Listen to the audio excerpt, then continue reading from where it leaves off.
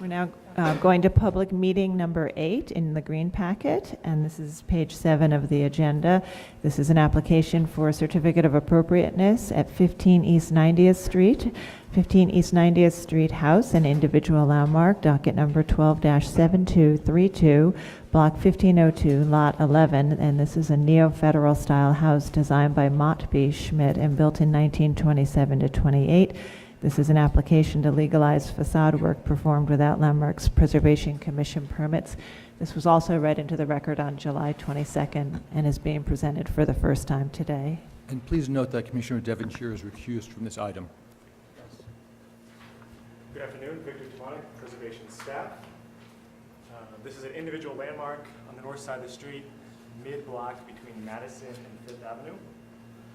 The application is to legalize the painting of decorative stone details on the facade, including the portico and window and building trims. Note that multiple coatings have been applied over the years, with the initial coatings being applied before the current owner. They've also continued since that time. These coatings have damaged the stone, so the applicant is proposing to maintain this and also apply new breathable coating in a more accurate color. And courtesy of the detail. Sorry, we have to open the hearing. Good afternoon, Kurt Hirschberg from Yahoo Picorni Associates. We're the architects for the project. As Victor mentioned, it's a legalization for painting of existing masonry on the facade. There are a series of photos here showing the chronology of the building from 1930, 1940, 1980, just prior to the initial painting of the facade, and the current condition that exists today.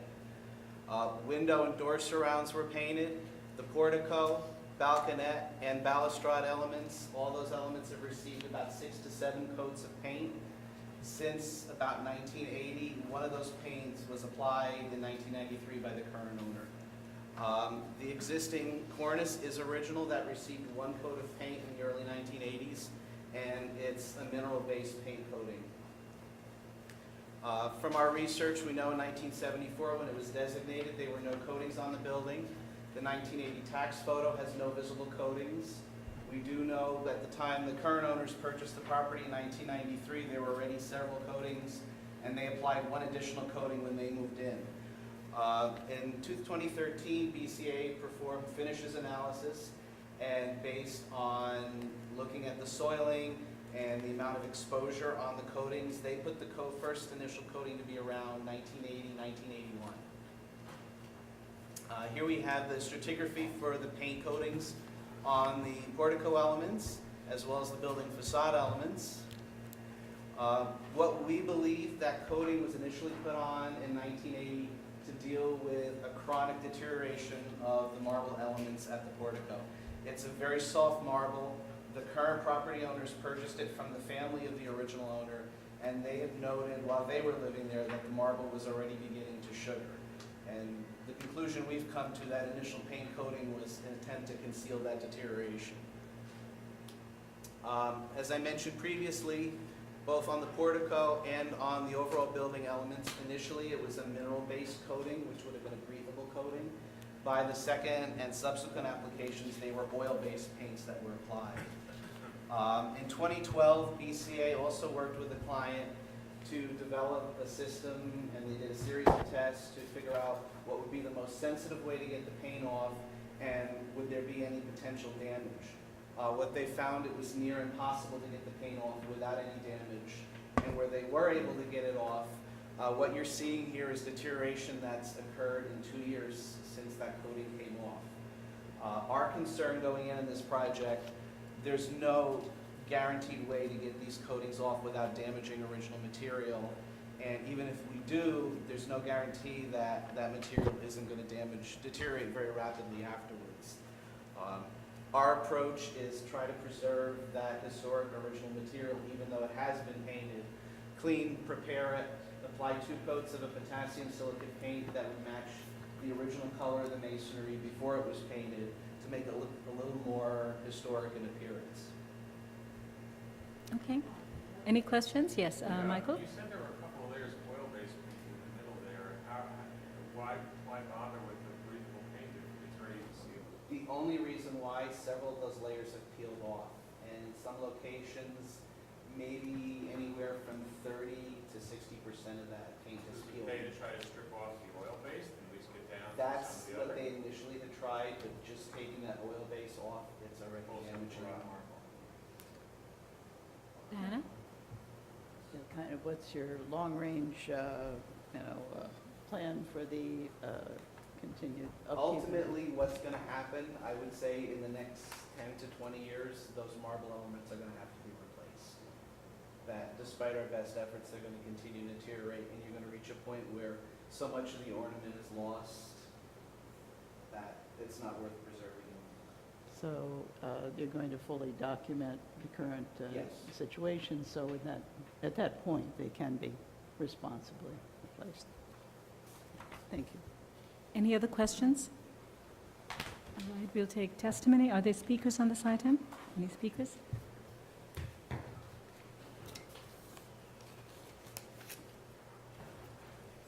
Barbara Zay of the Historic Districts Council. HDC's Public Review Committee urges the applicant to explore alternative solutions to rectify the deterioration of the stone on this individually landmarked building. Its architect, Mott Schmidt, designed numerous notable buildings for families such as the Astors, the Morgans, and the Vanderbilts, and this house deserves its marble to be repaired, not painted over. Thank you. Thank you. Anthony Espinal?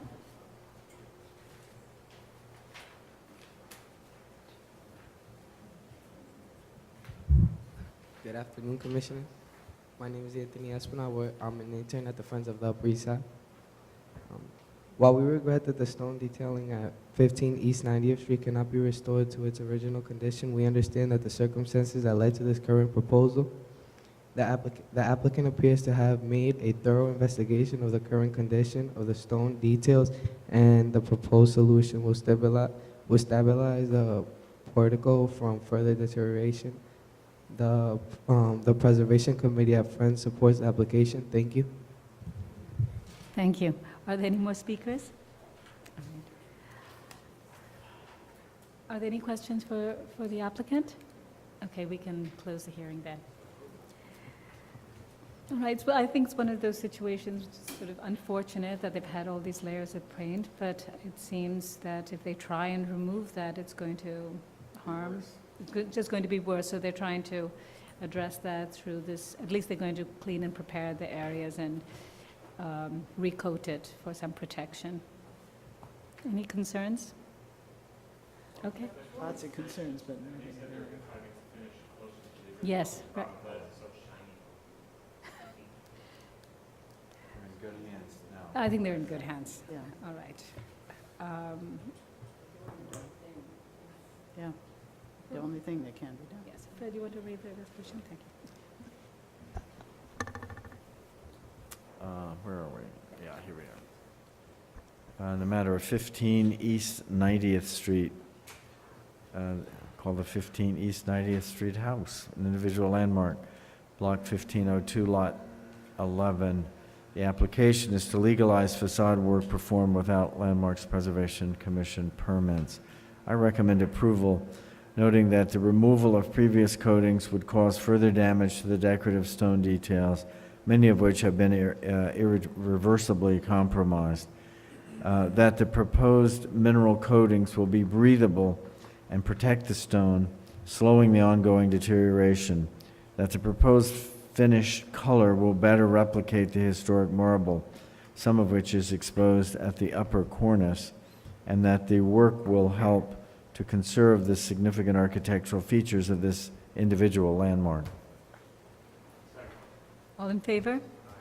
Any opposed? This application has been approved.